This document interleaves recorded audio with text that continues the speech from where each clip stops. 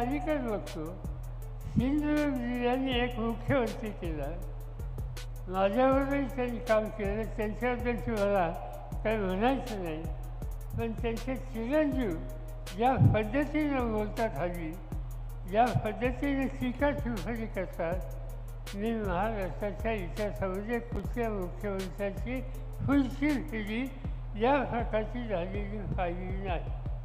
आज त्या लोकांची भाषा ही कशा प्रकारची भाषा आहे? समाजामध्ये सगळ्या जातीचे धर्माचे लोक असतात. भारत हे राष्ट्र सगळ्या जातीचे भाषाच्या धर्माच्या लोकांचे.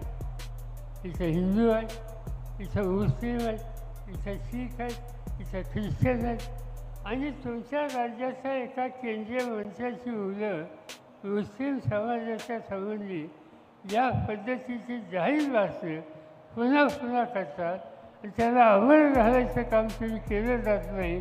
या उलट टेलिव्हिजनवर त्यांनी बघावं याची काळजी घेतली जाते. त्याचा अर्थ स्वच्छ आहे की सत्ता ही डोक्यामध्ये गेलेली आहे आणि ज्यावेळेस सत्ता डोक्यात जाते लोक कधीच एक होतात आणि त्यांना त्यांची सत्ता ही दाखवली तर राहणार नाही.